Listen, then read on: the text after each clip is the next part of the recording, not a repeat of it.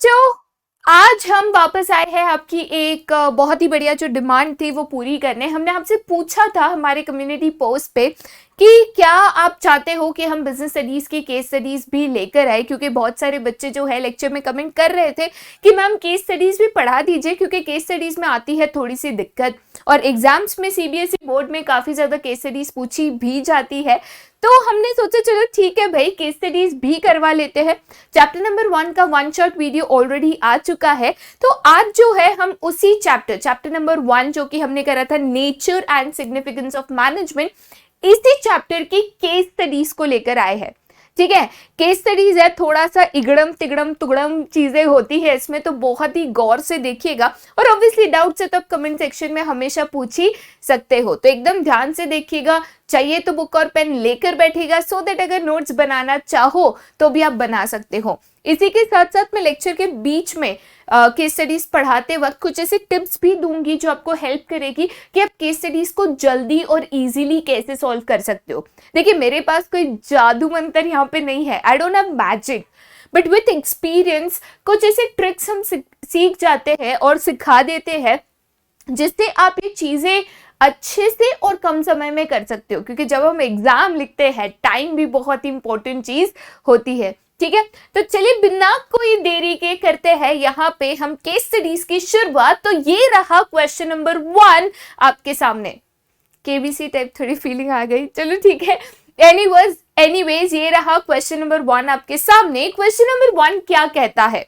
Question number 1 यहाँ पे कहता है कि हेमा जो है वो one of the most successful manager थी अपने कंपनी की। कंपनी का नाम भी दिया हुआ है, कंपनी का नाम क्या है? तो कोब लिमिटेड। ठीक है, she uses her creativity and initiative in handling challenging situations at work।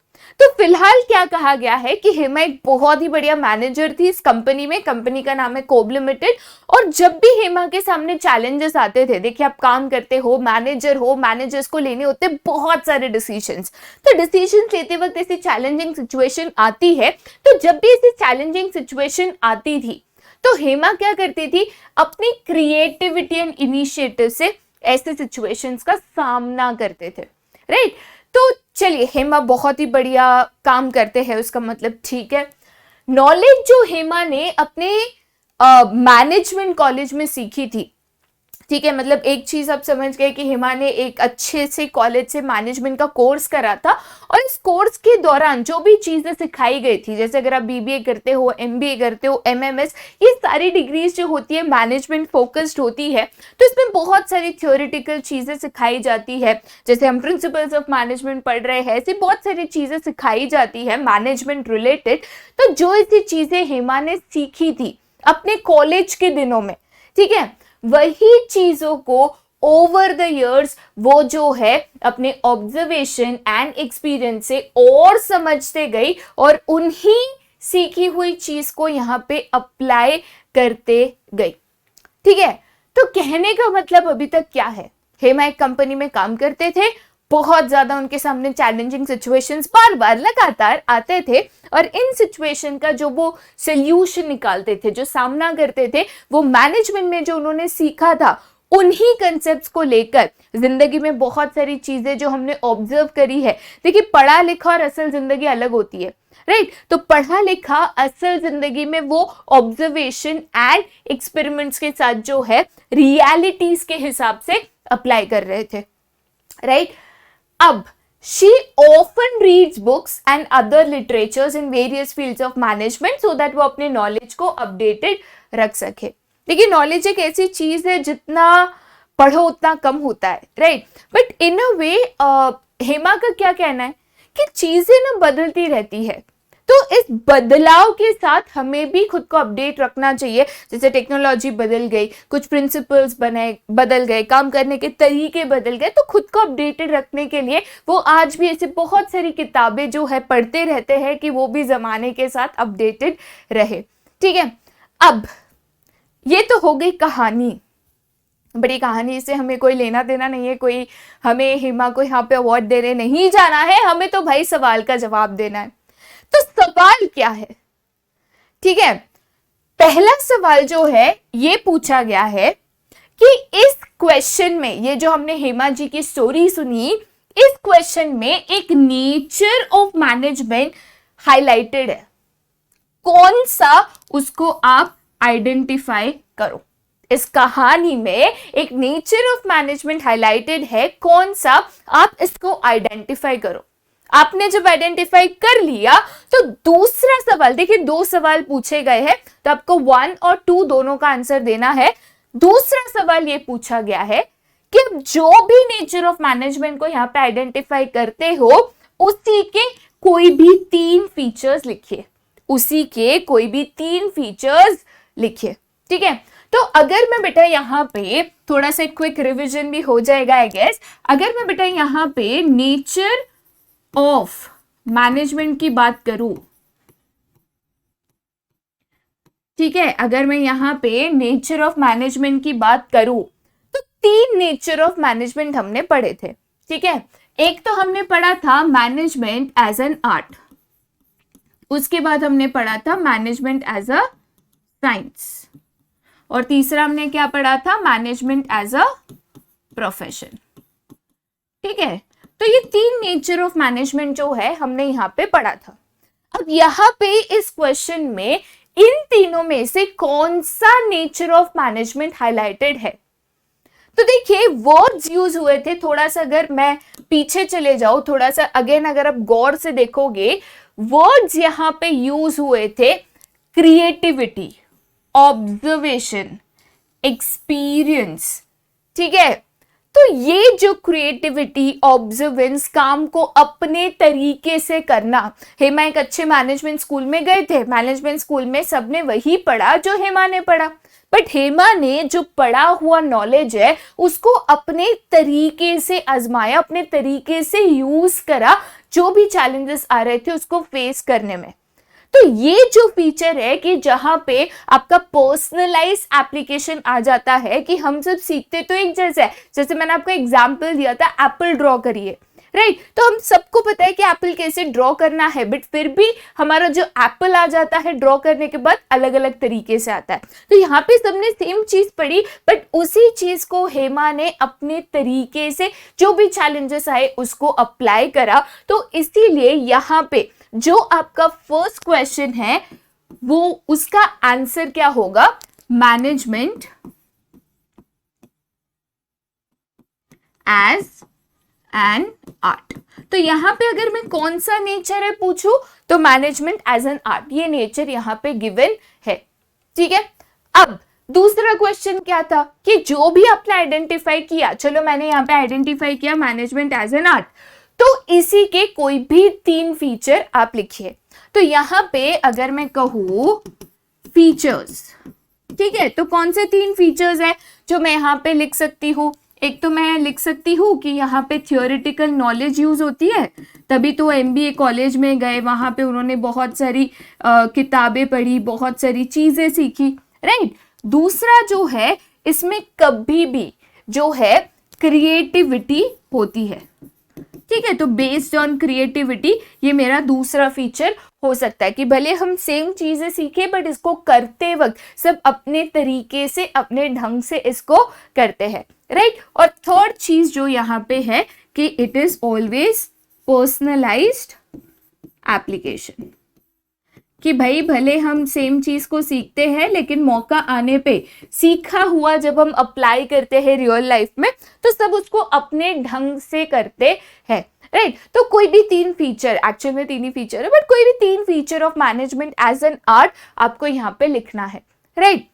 अब देखिए इस केस स्टडी में बहुत समय चला गया, करीबन 4-5 मिनट जो है चले गए होंगे। एग्जाम में क्या होता है, अभी तो मैंने बस ऐसे बता दिया, एग्जाम में इसी को आपको पूरा इन डिटेल लिखना है, फीचर लिखे तो उसको आपको एक्सप्लेन भी करना है, राइट। इतना समय चला जाता है और उसमें कभी केस स्टडी बड़ी लंबी चौड़ी कहानी आ गई तो और समय चले जाएगा। तो नेक्स्ट क्वेश्चन में अभी ये देखते हैं कि केस स्टडी सॉल्व करते वक्त हम टाइम की बचत कैसे कर सकते हैं, कैसे कम समय में इसी केस स्टडी को सॉल्व कर सकते हैं, ये मैं आपको बताऊंगी क्वेश्चन नंबर 2 में। तो ये रहा क्वेश्चन नंबर 2 आपके सामने। लेकिन याद रखिए, कभी भी अगर केस स्टडीज में टाइम की बचत करनी है तो before going to the case, see इसको हम क्या बोलते हैं, ये जो पार्ट होता है इसको हम मान के चलिए बोलते हैं केस। ओके, और ये जो है जो सवाल पूछा जाता है इसको हम बोलते हैं केस क्वेश्चन। या तो आप चाहो तो इसको सिर्फ क्वेश्चन बोल दो, आपकी मर्जी, कोई दिक्कत नहीं है, ये तो समझाने के लिए बता रही हूं, है ना। तो ये केस हो गया और ये केस क्वेश्चन हो गया, ठीक है। अब अगर समय की बचत करनी है तो केस को पढ़ने के पहले उसके सवाल पढ़ लो, सो दैट केस पढ़ते टाइम आपको पता हो कि बाबा आंसर यहाँ पे है और आप उसको बहुत इजीली ढूंढ पाओ, ठीक है।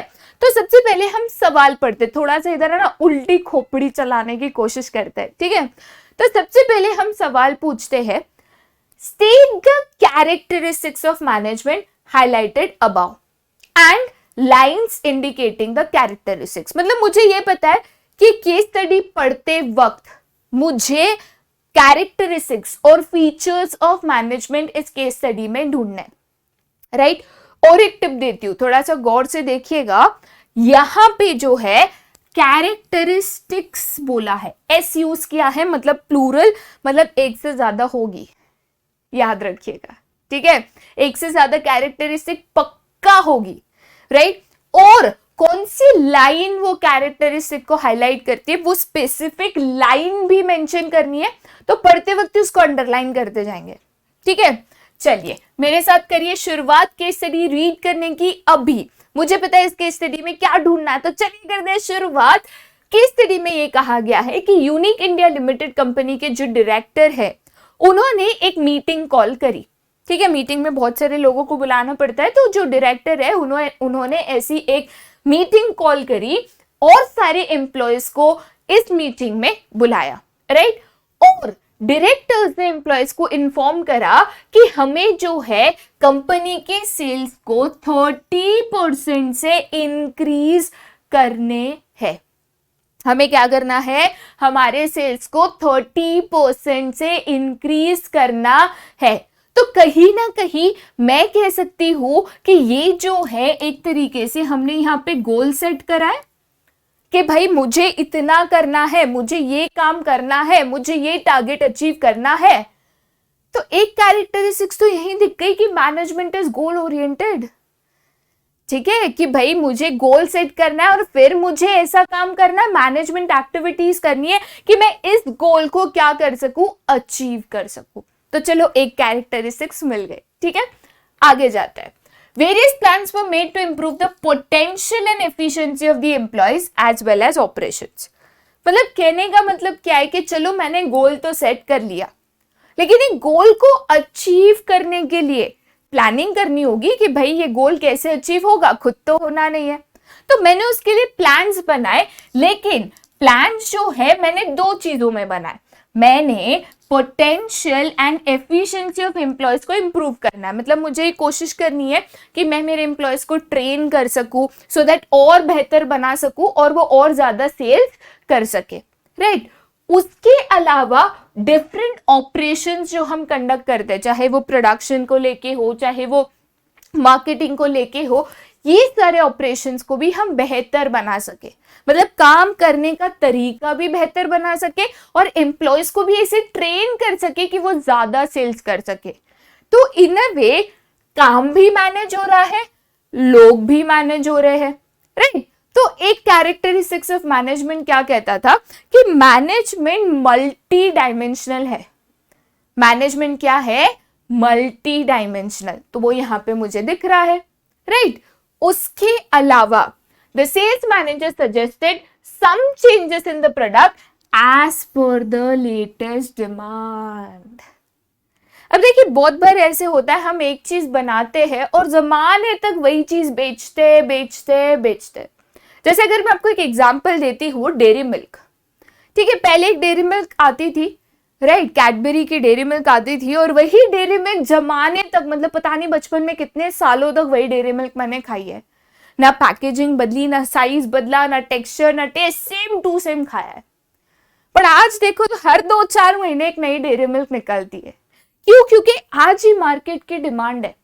एक चीज से ना हम काफी बोर हो जाते हैं, तो ये सेल्स मैनेजर ने वही चीज करी कि मार्केट में लोगों की जो पसंद है, जो डिमांड है, बार बार समय के हिसाब से बदलती रहती है। तो बदलती हुई डिमांड के हिसाब से उन्होंने अपने प्रोडक्ट में बदलाव लाया कि भाई लोगों को ये चीज चाहिए तो चलो लोगों को हम ये चीज देंगे। इसका मतलब क्या है? बार बार बदलना। कोई एक वर्ड याद आ रहा है? ये हुई ना बात। ये कहता है कि management is always dynamic. Dynamic का मतलब क्या होता है? कॉन्स्टेंटली चेंजिंग, चीजें बार बार बदलती है, तो उस हिसाब से आपको अपने मैनेजमेंट को भी एडजस्ट करना होता है। तो ऑल इन ऑल मैं कह सकती हूं कि यहाँ पे मुझे 3 कैरेक्टरिस्टिक्स मिल गई। मैंने पहले ही बताया था कैरेक्टरिस्टिक्स बोला है, प्लूरल बोला है, तो एक से ज्यादा कैरेक्टरिस्टिक्स होगी। तो सबसे पहले मुझे कैरेक्टरिस्टिक्स क्या मिला कि मैनेजमेंट इज गोल ओरिएंटेड। ठीक है, अब मुझे सेकेंड ये भी पूछा गया था कि अब जो भी कैरेक्टरिस्टिक्स बोल रहे हो वो कैरेक्टरिस्टिक्स बताता हुआ सेंटेंस हाईलाइट करिए। तो यहाँ पे गोल ओरिएंटेड है, ये मुझे कैसे पता चला? इस लाइन से इंक्रीज द सेल्स बाय 30%। तो मैं क्या करूंगी? यहाँ पे लिख दूंगी वो लाइन। ठीक है,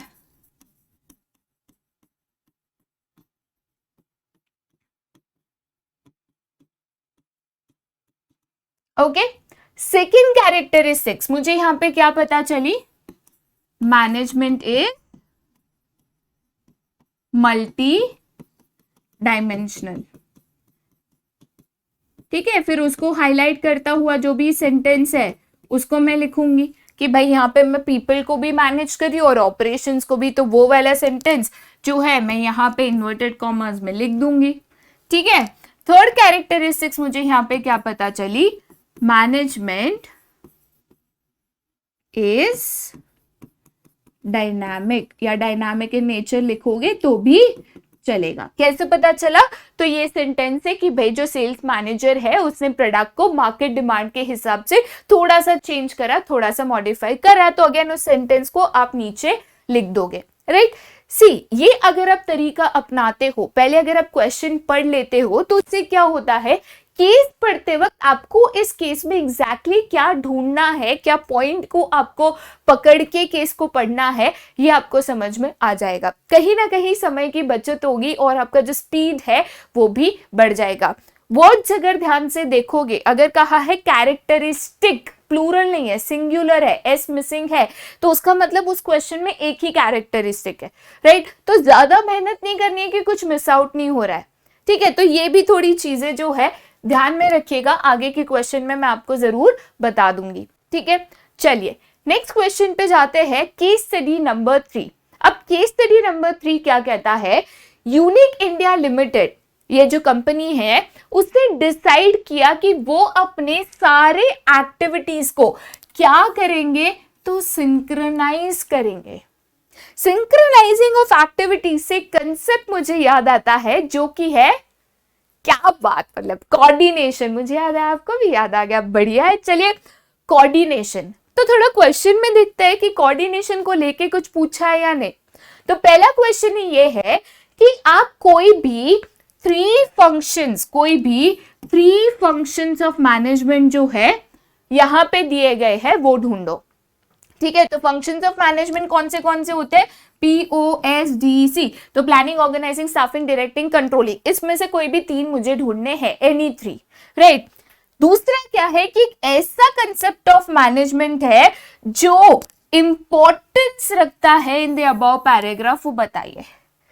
तो कहीं ना कहीं सिंक्रोनाइजिंग से दूसरा वाला आंसर तो मुझे मिल ही गया है कि यहाँ पे कहीं ना कहीं किसकी बात हो रही है बेटा? कोऑर्डिनेशन की। किसकी बात हो रही है?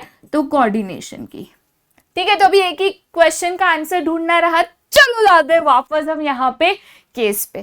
तो सारे एक्टिविटीज को हमें सिंक्रोनाइज करना है। चलो ठीक है, किस किस को करना है? तो सबसे पहले what to do, when to do, they try to bring harmony. What to do, when to do, how to do, ये कौन सा फंक्शन ऑफ मैनेजमेंट है? क्या बात, yes, what to do, when to do, how to do, ये कहीं ना कहीं क्या है? तो प्लानिंग की बात हम यहाँ पे कर रहे हैं। चलो एक फंक्शन हो गया, दो और बाकी, चलिए आगे जाते हैं। Bring harmony between organisational goal and individual goal, ठीक है।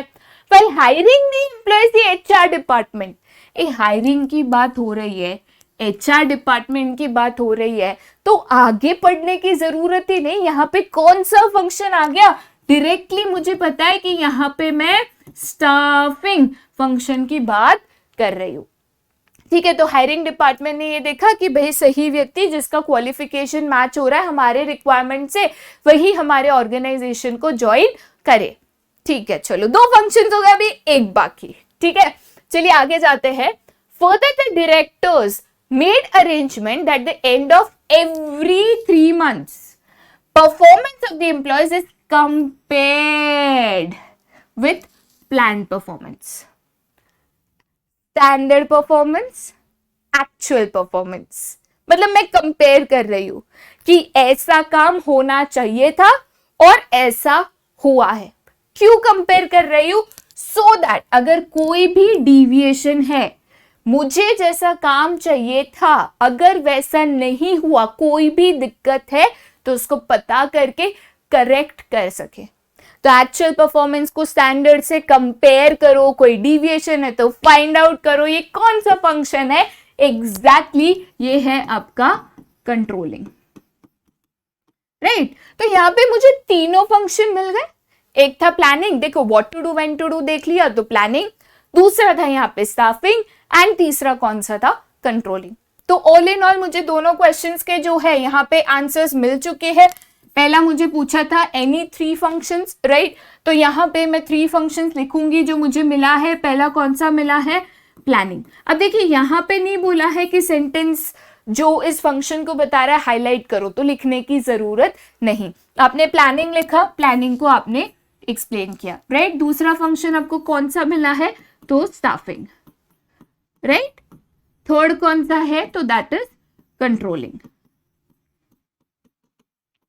और सेकेंड क्वेश्चन ये पूछा गया था कि कोई भी एक इंपॉर्टेंस ऑफ मैनेजमेंट जो है यहाँ पे जो गिवन है वो आप बताइए। तो यहाँ पे हमने किसकी बात करी थी, देखिए सेकेंड क्वेश्चन वही पूछा गया है, कंसेप्ट ऑफ मैनेजमेंट जो यहाँ पे इंपॉर्टेंट है, ठीक है। तो मैंने पहले ही बता दिया था कि सिंक्रोनाइजेशन वर्ड आया तो समझ जाना है ये क्या है। तो यहाँ पे हम बात कर रहे हैं अबाउट कोऑर्डिनेशन। किसकी बात कर रहे हैं यहाँ पे हम, तो अबाउट कोऑर्डिनेशन, राइट।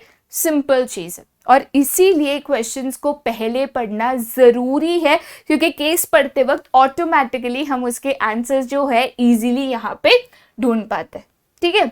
चलिए जाते हैं अब नेक्स्ट क्वेश्चन पे, जो कि है क्वेश्चन नंबर 4। अब मैं यहाँ पे अगर क्वेश्चन नंबर 4 की बात कर रही हूं, तो क्वेश्चन में 3 दोस्तों के बारे में बात करी गई है। कौन से 3 दोस्त, तो रोहन, ये सोहन था, हमारे ऑपरेटर ने इसको सोना कर दिया। क्या बात है, मतलब किसके बारे में सोच के हमारे ऑपरेटर काम कर रहे थे। अगर आप ये वीडियो देख रहे हो तो भैया जरा ध्यान दीजिएगा, है ना। चलिए ठीक है, एनीवेज रोहन सोना, चलिए उनकी मर्जी हम पूरी कर लेते हैं। रोहन, सोना एंड मोहन, ये 3 दोस्त है, राइट। और ये 3 दोस्त जो है ये सेम कंपनी में काम करते हैं। मतलब क्या बात है ना, दोस्तों के साथ काम करने में मजा ही अलग होता है। एनीवेज ये तीनों दोस्त एक ही कंपनी में काम करते हैं और एक दिन ये लोग के बीच में बातें चल रही थी। लेकिन क्या बातें चल रही थी, ये पढ़ने के पहले ये तो देख ले कि इस क्वेश्चन में हमें ढूंढना क्या है। तो सबसे पहले यहाँ पे हमें पूछा गया है कि डिफरेंट लेवल्स ऑफ मैनेजमेंट को ये फ्रेंड्स बिलोंग करते हैं। तो हमें पता है 3 लेवल्स ऑफ मैनेजमेंट है, टॉप, मिडिल एंड लोअर, ठीक है। या तो आप उसको फंक्शनल लेवल भी कह सकते हो। ये तीनों दोस्त 3 डिफरेंट लेवल को बिलोंग करते हैं। हर एक व्यक्ति कौन सी को बिलोंग करता है ये बताओ। मतलब रोहन कौन से लेवल पे है, मोहन कौन से एंड सोना कौन से, ठीक है। और उस लेवल के कोई भी 2 फंक्शंस आप बताइए। तो पहले तो मुझे लेवल फाइंड आउट करना है, देन उसके फंक्शंस बताना है, ठीक है। तो केस में क्या ढूंढना है देख लेते हैं कि कौन से लेवल पे कौन सा व्यक्ति बिलोंग करता है। तो चलिए उनकी बातें सुनते हैं थोड़ा सा। उन्होंने कहा कि जब रोहन कह रहा था, उससे बोला कि जब मैं परचेज करना चाहता हूं 2 नई मशीनरी, राइट। और ये जो वर्कर्स होते हैं ना भाई साहब शॉप फ्लोर पे, इनको मैनेज करना बड़ी दिक्कत हो गई है, इनको मोटिवेटेड रखना कि भाई काम करो करो करो, बहुत दिक्कत है। शॉप फ्लोर वर्कर्स कौन मैनेज करता है, कौन से लेवल पे आता है? तो हमें ऑलरेडी पता है कि शॉप फ्लोर की अगर बात करी, फैक्ट्री लेवल वर्कर्स जो सबसे बेस ऑफ मैनेजमेंट लेवल होता है, ठीक है। मैंने जैसे पहले भी आपको बताया था कि अगर लेवल्स ऑफ मैनेजमेंट की बात करो तो वो इस पिरामिड की तरह होता है ना। सबसे ऊपर यहाँ पे कौन सा होता है, तो टॉप लेवल मैनेजमेंट, ठीक है। उसके बाद कौन सा होता है, तो यहाँ पे आता है आपका मिडिल लेवल मैनेजमेंट, राइट। उसके बाद कौन सा होता है, तो या तो आप इसको लोअर कह दो या तो आप इसको फंक्शनल कह दो, राइट। तो लोअर और फंक्शनल लेवल। और मैनेजमेंट का जो बेस है, ये बेस पे कौन होते हैं, तो हमारे वर्कर्स जो कोई भी मैनेजरियल लेवल पे नहीं है, राइट। तो वर्कर्स के साथ डायरेक्टली कौन इंटरैक्ट करता है, तो जाहिर सी बात है उसका एग्जैक्ट अपर लेवल जो कि है लोअर लेवल या तो फंक्शनल लेवल। तो यहां पे मैं कह सकती हूं कि अगर हमने रोहन की बात करी, ठीक है, तो रोहन कौन से लेवल पे बिलोंग करता है, तो वो लोअर या तो फंक्शनल लेवल पे बिलोंग करता है। चाहिए तो मैं यहाँ पे साइड में लिख के देती हूँ RL, मतलब रोहन जो है लोअर या फंक्शनल लेवल पे बिलोंग करता है, ठीक है। चलिए आगे जाते हैं। सोहना ने क्या कहा, सोहना ने कहा कि I am facing problem in finding the exact number and types of employees from my department. मतलब मैं एक पूरा डिपार्टमेंट मैनेज करती हूँ, ओहो, ठीक है। मैं एक पूरा डिपार्टमेंट मैनेज करती हूँ और मेरे डिपार्टमेंट में कितने एम्प्लॉयज होने चाहिए और क्या अलग अलग उनमें स्किल होनी चाहिए, ये पता करने में ना बहुत दिक्कत आती है। डिपार्टमेंट मैनेज करते मतलब डिपार्टमेंटल हेड है, राइट, या डिपार्टमेंट के मैनेजर है, मतलब ये जाहिर सी बात है मिडिल लेवल पे है, ठीक है। अब बच्चे कौन, तो हमारे मोहन साहब। मोहन साहब कहते हैं कि देखिए मुझे तो ना दूर की सोचनी होती है, मुझे तो लॉन्ग टर्म प्लान करने होते हैं, दूर की सोचनी होती है। और ये पूरी जो रिस्पॉन्सिबिलिटी है ऑर्गेनाइजेशन की, ये पूरी जो रिस्पॉन्सिबिलिटी है ऑर्गेनाइजेशन की, ये मेरे कंधों पे है। मतलब ऑर्गेनाइजेशन लेवल पे प्लान करना, दूर की सोचना, तो ये कौन करता है, मुझे पता है टॉप लेवल। तो ऑल इन ऑल मैं कह सकती हूं कि यहां पे जो रोहन है वो कौन से लेवल पे है, तो लोअर या तो फंक्शनल लेवल पे। जो हमारी सोहना मैडम है, ठीक है, वो कौन से लेवल पे है, तो कहीं ना कहीं मिडिल लेवल पे। और बच्चे हमारे मोहन साहब, तो वो कौन से लेवल पे है, तो टॉप लेवल पे। दूसरा सवाल क्या पूछा गया था कि आइडेंटिफाई करने के बाद तीनों लेवल के कोई भी 2 फंक्शन आप लिखिए। तो यहां पे अगर मैं टॉप लेवल की बात करूं, राइट, तो टॉप लेवल के क्या क्या फंक्शंस होते हैं, तो आप कह सकते हो making plans and policies organisation level पे, ठीक है। उसके अलावा passing the plans and policies to the middle level आप कह सकते हो, ठीक है। मिडिल लेवल की अगर बात करूं तो टॉप लेवल से प्लान्स एंड पॉलिसीज को समझ के उसको इंप्लीमेंट करना, राइट। उसके अलावा टॉप लेवल और मिडिल लेवल के बीच में कोऑर्डिनेशन बनना। लोअर लेवल की अगर मैं बात करूं तो चीजों को सुपरवाइज करना, वर्कर्स की सेफ्टी का देखना, काम समय से हो रहा है कि नहीं, वर्कर्स कर रहे हैं कि नहीं, ये देखना। बहुत सारे फंक्शंस है, उनमें से कोई भी 2 फंक्शन आपको यहाँ पे लिखने है। बट मेन पार्ट क्या है कि आइडेंटिफाई करना कौन कौन से लेवल पे काम करता है। बाकी फंक्शन फीचर्स तो हम आसानी से जो है लिख देते हैं, ये केस स्टडी से बाहर का हिस्सा हो जाता है, ठीक है। चलिए आगे जाते हैं क्वेश्चन नंबर 5 पे। अब ये देखिए कितनी लंबी चौड़ी केस स्टडी है, यही है जहां पे हमारा समय जाता है। बाकी केस स्टडी सिंपल होती है बेटा, तो समय की बचत करेंगे, पहले जो है सवाल को हम पढ़ेंगे, समय की बचत करेंगे, पहले जो है सवाल को पढ़ेंगे, ठीक है। तो चलिए सबसे पहले सवाल को देखते हैं। Identify the levels of management described about, और उसके कोई भी दो फंक्शंस। अरे ये तो पहले वाला जैसा ही हो गया।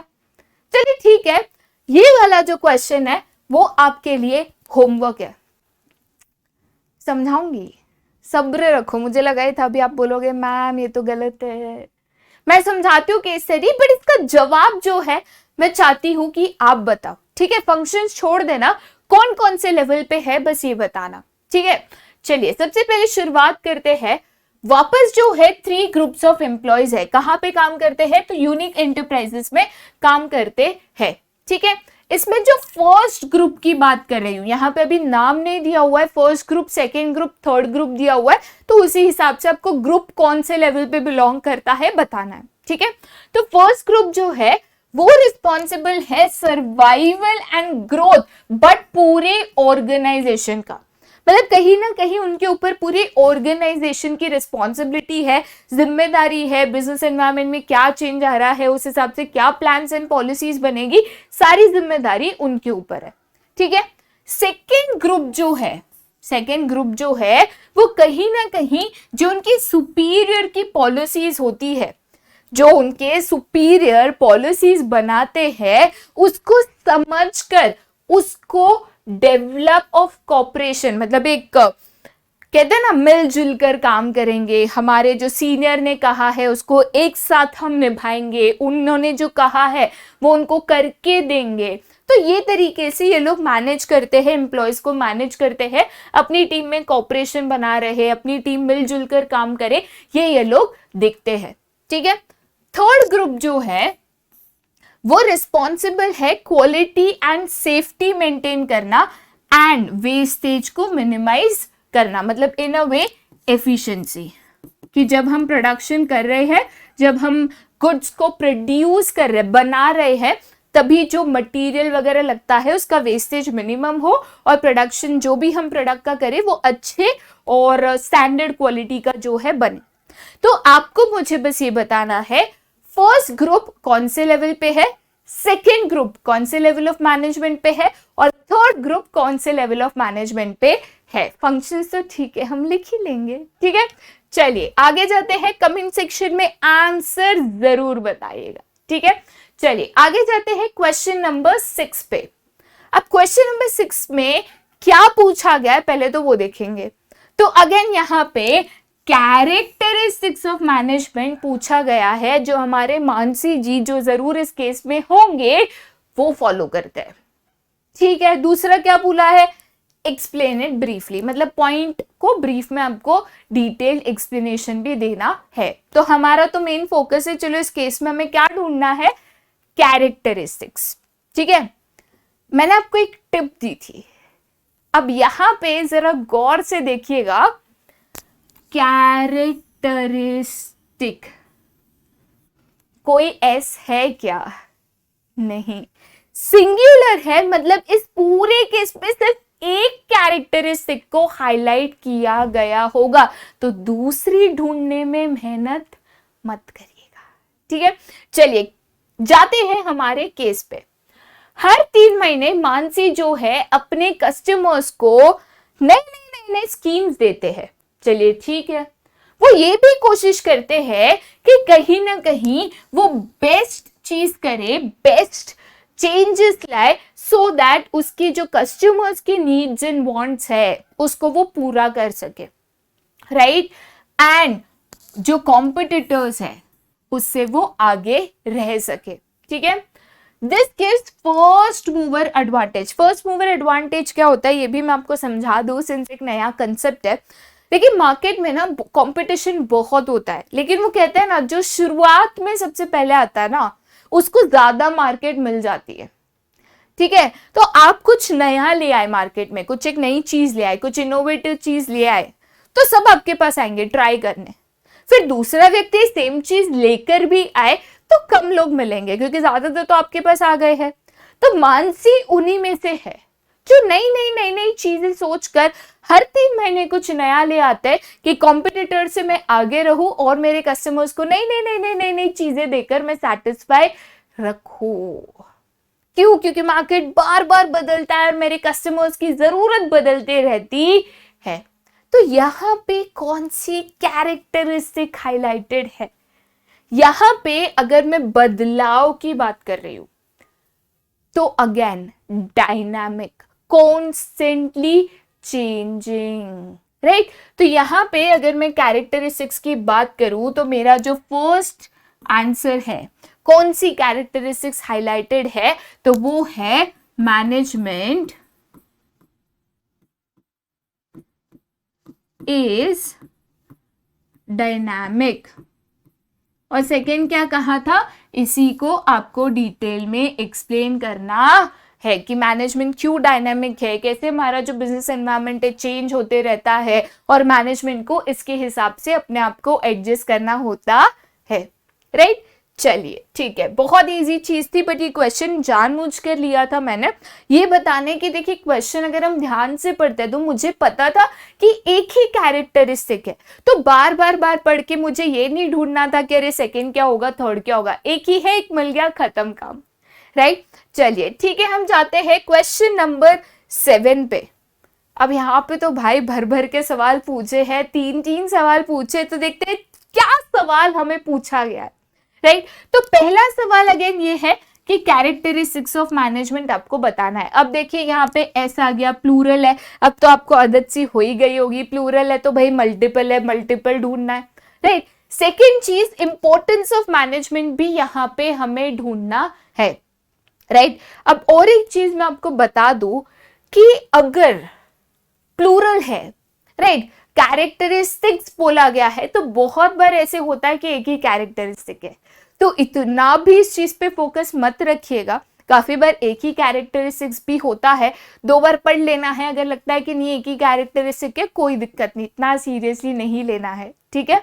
दूसरा, एक इंपॉर्टेंस ऑफ मैनेजमेंट हाईलाइटेड है। तीसरा, कि एक एस्पेक्ट ऑफ मैनेजमेंट है जो भी वो फॉलो करता है कि वो अपने ऑब्जेक्टिव्स को अचीव कर सके, तो ऐसा एक एस्पेक्ट ढूंढना है। मतलब कैरेक्टरिस्टिक्स भी ढूंढनी है, इंपॉर्टेंस भी ढूंढना है, एस्पेक्ट भी ढूंढना है। हाँ, होता है ना 3 तिगाड़ा काम बिगाड़ा, ठीक है, भले चलो ठीक है, देख लेते हैं भाई काम बिगाड़ा कि काम बनाया। चलिए, केस स्टडी है वीवो मोबाइल के बारे में जो कहते हैं कि हमें 20,000 मोबाइल प्रोड्यूस करने हैं इन द ईयर 2017। पुरानी बात है, मतलब 2017 की बात है। 2017 में वीवो मोबाइल कहता है कि हमें कितने मोबाइल्स बनाने हैं, हमें 20,000 मोबाइल्स बनाने हैं। और ये जो उन्होंने टारगेट सेट किया है, इस टारगेट को अचीव करने के लिए जो प्रोडक्शन डिपार्टमेंट है वो स्ट्राइव कर रहा है, मतलब कड़ी मेहनत कर रहा है कि मैं अपने प्रोडक्शन टारगेट को टाइमली अचीव कर सकूं। मतलब मुझे तो 20,000 मोबाइल बनाने हैं, मैं दिन रात मेहनत करके उसको बना सकूं, राइट। उसके बाद जो फाइनेंस डिपार्टमेंट है वो एग्री करता है कि भाई प्रोडक्शन करने के लिए जो भी चीजें लगेगी, उसको खरीदने के लिए जो लोग लगेंगे, जो भी पैसा लगना है, सारा पैसा मैं टाइमली रिलीज करूंगा। ऐसा नहीं कि महीनों महीनों लूंगा पैसा देने के लिए, फटाफट जितने पैसे लगेंगे मैं रिलीज करूंगा, सो दैट प्रोडक्शन मेरा रुकना नहीं चाहिए, राइट। उसके बाद जो परचेज डिपार्टमेंट है, परचेज डिपार्टमेंट का काम क्या होता है, जो भी रॉ मटेरियल जैसी चीजें लगती है वो टाइमली अवेलेबल करके देना, राइट, तभी तो प्रोडक्शन हो सकता है। तो जो परचेज डिपार्टमेंट है उसने कहा कि मैं जो है रॉ मटेरियल को टाइम टू टाइम सप्लाई करूंगा, मतलब जैसे जैसे जरूरत पड़ेगी वो आपके पास अवेलेबल होगा, आपका प्रोडक्शन अटकेगा नहीं। बचा हमारा सेल्स डिपार्टमेंट, वो कहता है कि मैं सारे स्टेप्स लूंगा कि जितने मोबाइल बना रहे हो ना 20,000 सबके सब बिके। तो प्रोडक्शन डिपार्टमेंट बनाएगा, बनाने के लिए पैसे चाहिए वो फाइनेंस डिपार्टमेंट देगा, पैसे के साथ साथ रॉ मटेरियल चाहिए परचेज डिपार्टमेंट देगा, और बनने के बाद अगर बेचने की जरूरत पड़ेगी तो वो सेल्स डिपार्टमेंट देखेगा, राइट। ये सबकी मेहनत के कारण टारगेट अचीव हुआ। तो यहां पे अगर मैं कैरेक्टरिस्टिक्स ऑफ मैनेजमेंट की बात करूं तो मैनेजमेंट जो है कभी भी गोल ओरिएंटेड होता है। मैंने एक कैरेक्टरिस्टिक्स ऑफ मैनेजमेंट यहाँ पे आपको सिखाई थी। अगर फर्स्ट क्वेश्चन का आंसर मैं बताऊं तो मैनेजमेंट इज गोल ओरिएंटेड। तो इस केस में वीवो कंपनी ने एक गोल सेट किया था कि मुझे 2017 में 20,000 मोबाइल्स बनाने। तो चाहे वो परचेज डिपार्टमेंट हो, चाहे वो सेल्स डिपार्टमेंट हो, चाहे वो फाइनेंस डिपार्टमेंट हो, चाहे वो प्रोडक्शन डिपार्टमेंट हो, हर व्यक्ति जो भी काम कर रहा है, कितने पैसे लगेंगे, कितना रॉ मटेरियल, कितना प्रोडक्शन, कितना टाइम, जो भी काम कर रहा है ये टारगेट को ध्यान में रखते हुए कर रहा है कि भाई मुझे कैसे भी ये टारगेट को कंप्लीट करना है। तो कैसे होगा, क्या करना होगा, क्या प्लानिंग, कितना रॉ मटेरियल, कितना टाइम, कितना extra labour. Management is goal oriented. अब अगर मैं इंपॉर्टेंस ऑफ मैनेजमेंट की भी बात करूं तो एक इंपॉर्टेंस ऑफ मैनेजमेंट ये कहता है कि management helps in achieving group goals। अगर मैं यहां पे वीवो कंपनी की बात करूं, ठीक है, मेरा टारगेट था 2000, अभी 20,000 मेरा टारगेट था। अभी 20,000 टारगेट अचीव करने के लिए प्रोडक्शन डिपार्टमेंट को प्रोड्यूस करना था, ठीक है, फाइनेंस डिपार्टमेंट को पैसे अरेंज करने थे, अगर मैं परचेज डिपार्टमेंट कहूँ तो उसको रॉ मटेरियल अवेलेबल करना था, और अगर मैं सेल्स डिपार्टमेंट कहूँ तो प्रोडक्शन कंप्लीट होने के बाद उनको इंश्योर करना था कि सारे प्रोडक्ट्स बिके। तो ऑल इन ऑल ये एक ग्रुप था जो एक साथ एक ही टारगेट के लिए काम कर रहा था, 20,000 मोबाइल्स, राइट। तो मिलकर इन्होंने इस टारगेट को अचीव किया। कैसे? प्रॉपर मैनेजमेंट के साथ। तो मैनेजमेंट ने मदद करी कि सबका जो एक सिंगल टारगेट है वो उसको अचीव कर सके, जो कि उन्होंने किया, राइट। थर्ड, एक इंपॉर्टेंट एस्पेक्ट ऑफ मैनेजमेंट यहां पे गिवन है। देखिए हर एक डिपार्टमेंट अलग है, सबका अपना अपना टारगेट है, किसी को बनाना है, किसी को बेचना है, किसी को पैसे इकट्ठा करना है। बट एट द एंड अगर हम मिलकर काम नहीं करेंगे तो क्या ये टारगेट अचीव होगा? अगर प्रोडक्शन डिपार्टमेंट कहता है कि मेरा टारगेट है 20,000 फोन बनाना, लेकिन अगर फाइनेंस डिपार्टमेंट उसको टाइम से पैसा नहीं देता तो क्या वो फोन बना पाएगा? नहीं। फाइनेंस डिपार्टमेंट ने पैसे तो दे दिए, लेकिन परचेज डिपार्टमेंट जो है वो रॉ मटेरियल अरेंज नहीं कर पाए, तो क्या फोन बनेंगे? नहीं। तो ऑल इन ऑल जब तक हम मिलजुल कर काम एक साथ एज अ टीम नहीं करते, कोऑर्डिनेट करके नहीं करते, हमारे टारगेट्स अचीव नहीं होते। और इसीलिए कोऑर्डिनेशन एक ऐसा एस्पेक्ट ऑफ मैनेजमेंट है जो यहाँ पे हाईलाइटेड है। तो एक कैरेक्टरिस्टिक्स बोला था, बट यहाँ पे एक ही कैरेक्टरिस्टिक थी, and that is management is goal oriented. ठीक है, चलिए आगे जाते हैं हमारे नेक्स्ट क्वेश्चन पे, जो कि आपका सेकंड लास्ट क्वेश्चन है। अब सबसे पहले अगेन क्वेश्चन को देखते हैं। यहां पे 2 कैरेक्टरिस्टिक्स ऑफ मैनेजमेंट पूछा है, तो मुझे पता है मुझे सिर्फ 2 कैरेक्टरिस्टिक्स यहां पे ढूंढनी है, and 2 functions of management out of POSDC मुझे यहां पे ढूंढने हैं, राइट। तो 2 कैरेक्टरिस्टिक्स और 2 फंक्शंस। अब यहां पे हम किसकी बात कर रहे हैं? तो यहां पे एक सर्कस आ चुका है। बचपन में कभी देखा है सर्कस? देखा है, हाँ या ना? कमेंट सेक्शन में बताइएगा। मैं तो भाई एक ही बार गई थी सर्कस देखने, मजा नहीं आया था ऐसे कुछ खास। और अभी तो सर्कस काइंड ऑफ बंदी हो गए हैं, जो कि कहीं ना कहीं अच्छी चीज है एनिमल्स के लिए। बट ठीक है, सर्कस देखा हो, मजा आया नहीं आया तो जरूर बताइएगा कमेंट सेक्शन में। चलिए यहाँ पे हम जेमिनी सर्कस की बात कर रहे हैं, जो अपने सर्कस शोज इंटरनेशनल लेवल पे करते थे। और वो भी कितने साल का एक्सपीरियंस था बेटा? तो 30 साल का। क्या बात है, 30 इयर्स तक अपनी सर्कस शोज इंटरनेशनल अलग अलग देशों में वो कंडक्ट करते थे और उनके शोज जो है काफी सक्सेसफुल भी थे, तभी तो 30 साल तक सेम काम किया।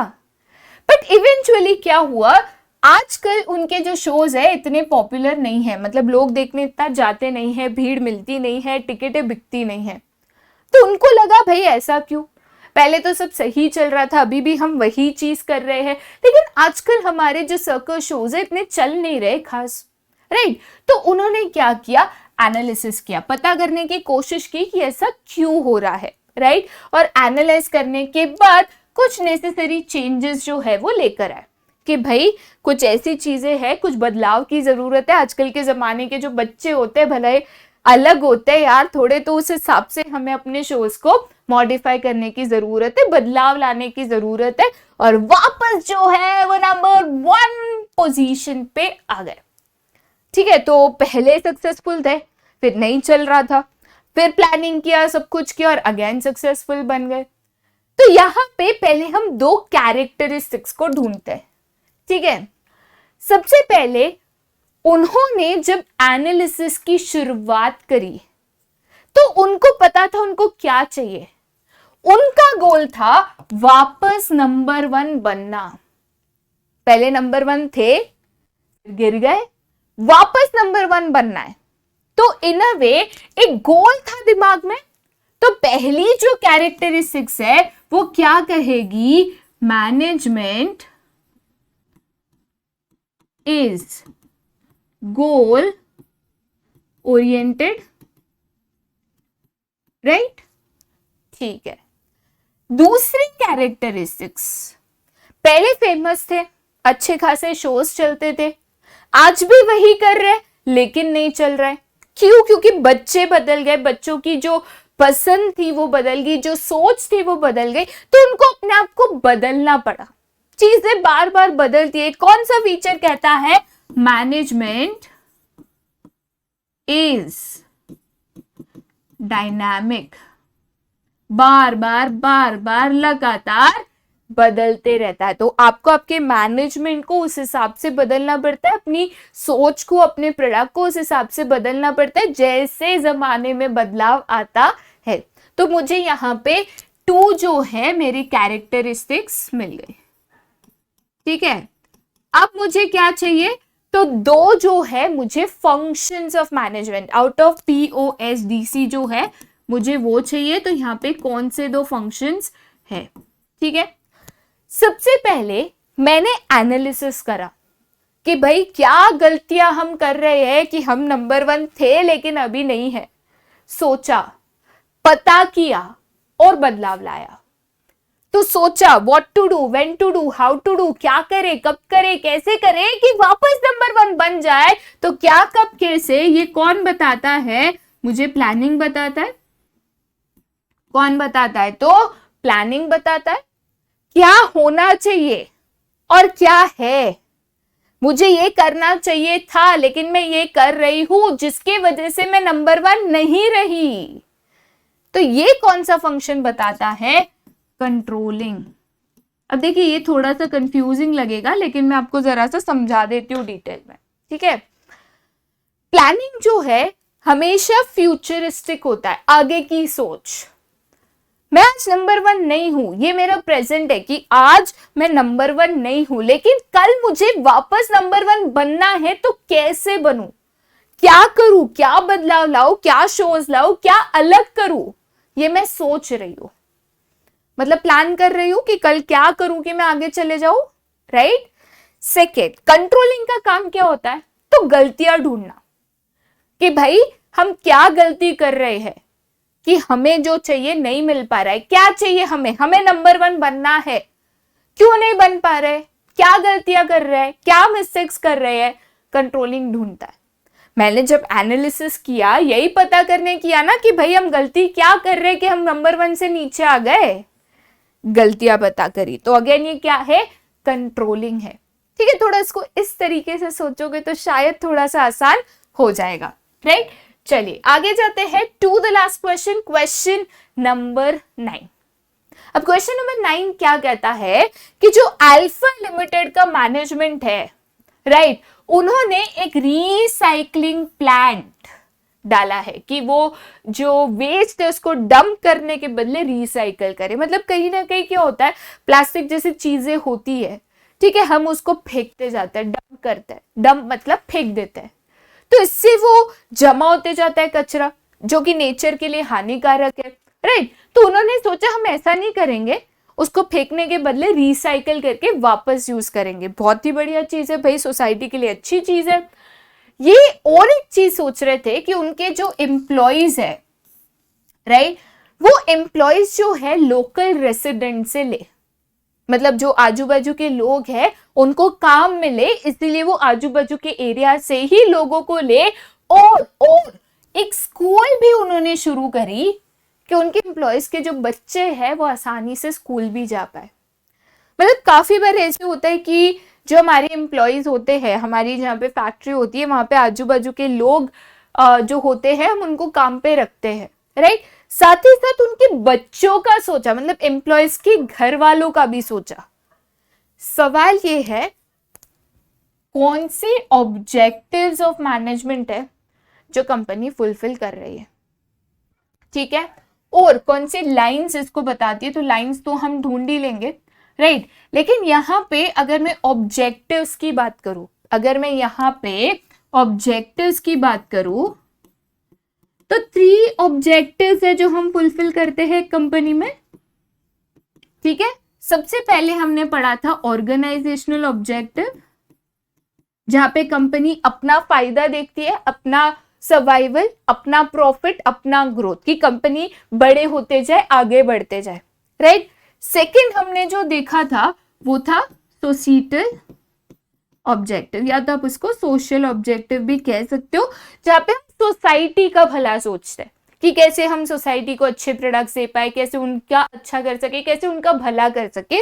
और थर्ड जो है वो थे हमारे ह्यूमन, या तो आप इसको इंडिविजुअल कह लो या तो पर्सनल कह लो, जहां पे हम अपने ह्यूमन रिसोर्स, अपने एम्प्लॉइज का भला सोचते हैं। तो सबसे पहले जब मैंने रिसाइकलिंग करा, ठीक है, ये जो सेंटेंस है कि एक रिसाइकलिंग प्लांट हमने इंस्टॉल किया टू रिसाइकल द वेस्ट, तो हमने किसका सोचा, सोसाइटी का, कि भाई सोसाइटी में हम वेस्ट डंप करेंगे, वेस्ट जो है नेचर के लिए अच्छा नहीं होता, बहुत दिक्कतें होती है, पोल्यूशन होता है, हमें नहीं करना है, राइट। तो सोसाइटी का भला सोचा। एम्प्लॉयज जो है आजू बाजू को लेंगे, लेकिन उनके बच्चों के लिए एक स्कूल भी स्टार्ट करेंगे, तो ये ह्यूमन ऑब्जेक्टिव्स है। एम्प्लॉय की बेनिफिट के बारे में सोचना, यहाँ पे कोई भी प्रॉफिट, कंपनी की इनकम, कंपनी आगे जाएगी, कंपनी का ग्रोथ होगा, नहीं सोचा। तो यहाँ पे कौन से 2 ऑब्जेक्टिव्स है, एक है सोशल, एक है ह्यूमन। आप ह्यूमन लिखो, इंडिविजुअल लिखो, चलेगा। कौन से सेंटेंस बोलते हैं, तो सोशल ऑब्जेक्टिव यहाँ पे गिवन है, recycling plan to recycle the waste, right. Human objective कहाँ पे गिवन है, started a school nearby for the children of their employees, ठीक है। बहुत इजी क्वेश्चन था, बट यहाँ पे सेंटेंसेस का लिखना बहुत ही ज्यादा जरूरी है, राइट। तो इसी के साथ जो है हमारे चैप्टर नंबर 1 की केस स्टडीज होते हैं खत्म।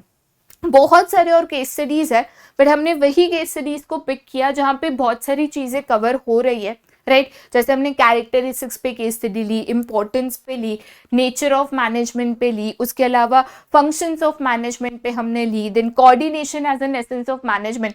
तो कोशिश करी थी कि सारे टॉपिक्स जो है इन केस स्टडीज में आसानी से कवर किए जाए। एक केस स्टडी जो आपको सॉल्व करनी है उसका आंसर कमेंट सेक्शन में जरूर बताइएगा। और ये केस स्टडीज की और ऐसे वीडियो क्या आप चाहते हैं, क्या आप चाहते हैं कि आगे के चैप्टर्स में भी हम ऐसे केस स्टडीज कराएं, हाँ या ना, ये भी हमें कमेंट सेक्शन में जरूर बताइएगा। आज का लेक्चर हम यहीं पे एंड कर रहे हैं, लेकिन दोबारा ऐसे बहुत सारे वीडियोस के साथ बार बार लगातार मिलते रहेंगे। Till then bye bye.